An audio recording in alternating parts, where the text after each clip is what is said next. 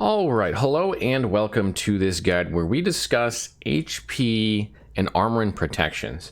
So last Epoch as a game has a lot of complex systems. It can be very challenging trying to understand how different aspects of the game work with each other. For example, how skills work with gear and with particular stats. But among those things that are complex, I think one of the things that players get most confused by is how HP and armor protections interact with each other. It's something that myself, I've had a very difficult time having an intuitive understanding of it, even though I had a pretty good understanding in general. But I believe I've got it down to where I think I can make it fairly intuitive for even new players to understand. So this guide will be my attempt to do so. Hopefully, at the end of this, if I accomplish my goal, you will have a much better understanding of how HP and armor protections interact with each other and how to best gear particular characters when it comes to choosing between your HP, your ward, and your armor and protections. And with that, let's go ahead and get started. I want to begin with two quick notes that will hopefully prevent some confusion later in the video. First, from this point out, when referring to armor and protections, I'm just going to say protections. It'll still mean armor and protections, but for simplicity's sake, it's easier to say protections than the whole thing. And besides, armor is just physical protection. Second, when it comes to ward and protections, LE treats it the same as HP. For any scenario where a player has both HP and ward is simply added to HP to determine the health pool of the player. For example, 500 HP and 500 ward is a health pool of 1,000. So again, for simplicity's sake, I will refer to the combination of HP and ward as HP, and the viewer should bear in mind that it includes ward in any build that would use ward. Okay, now that that's out of the way, let's open up the character sheet and take a look at one of our protections. We have a flat number and a percentage, and we have the arrow between them. If we hover over these numbers, we get a text box that tells us the flat number is the amount of effective health added against the damage type.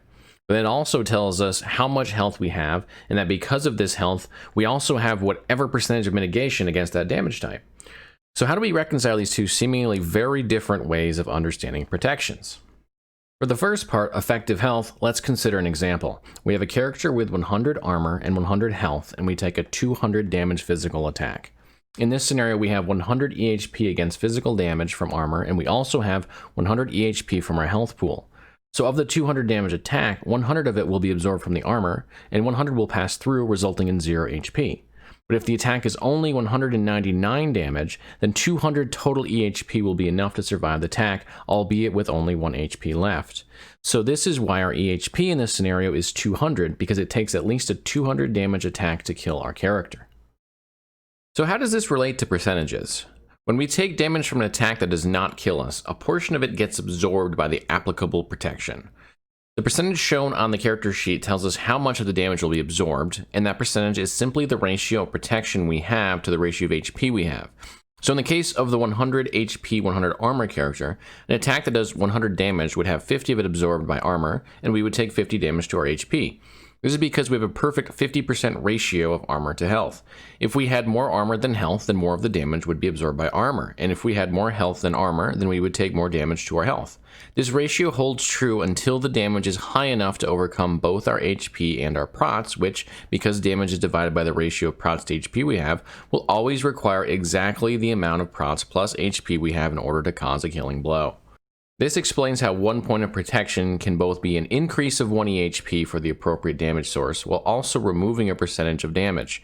In order to kill our character, an enemy would have to do an amount of damage that is at least equivalent to how much health we have plus how much of the correct protection we have. So 200 damage for a character with 100 health and 100 armor. But it also allows protections to mitigate a percentage of the damage of any attack that is less than our total health and protection. So what does this mean for stacking health versus stacking protections when gearing our character? Well, for any incoming hit, they will both be equally taken into account for your EHP, meaning 1 HP will be equivalent to 1 armor for a physical attack. But the problem arises after the damage has been received for our character. Let's take one more look at the 100 armor, 100 health character. If the character were to take a 100 damage attack, then it would lose 50 HP while absorbing 50 damage from armor. That means the character now must recover 50 HP in order to maintain the original 200 EHP it had before the attack. Notice that there is nothing to recover from the damage that was absorbed by the armor, since that damage never passed through to health. This means that in order for HP to be as good as an equivalent amount of protection, your character would have to be able to instantly recover the HP. Any lag in recovering the health leaves your character at a lower state of EHP until it is recovered. This is why sources of generation, regeneration, leech, and healing are so important for high HP builds. This does not mean that protections are always better than HP, because sources of protections and sources of HP are not always equivalent on gear, passives, and skills. For example, one passive might give 5 HP while another passive only gives 1 armor. So we get 5 times the HP from the HP node against physical attacks as we do from the armor node. Furthermore, the armor node only protects us from physical attacks, but there are 7 damage types in the game, and 6 of them go unaccounted for if we take the armor node over the HP node. All this is to say that whether you should choose HP or choose protections when building your character is not a simple answer. It depends on the choices you have, which are determined by the class you play, the skills you take, and the gear that is available to you. But even if I can't tell you if HP or protections are universally better, I do hope that this guide cleared up some of the weirdness that pops up when trying to understand how HP and protections work. And in doing so, you'll have a better time of choosing which is right for you when you're staring at an HP node and a protection node in the passive skill tree. Thank you for watching, and please let me know if this guide helped you. It's quite a bit different than my usual style, so any feedback is greatly appreciated. And as always, if you like the content I'm providing, please consider clicking on the subscribe button. It truly makes a difference for me as I develop this channel.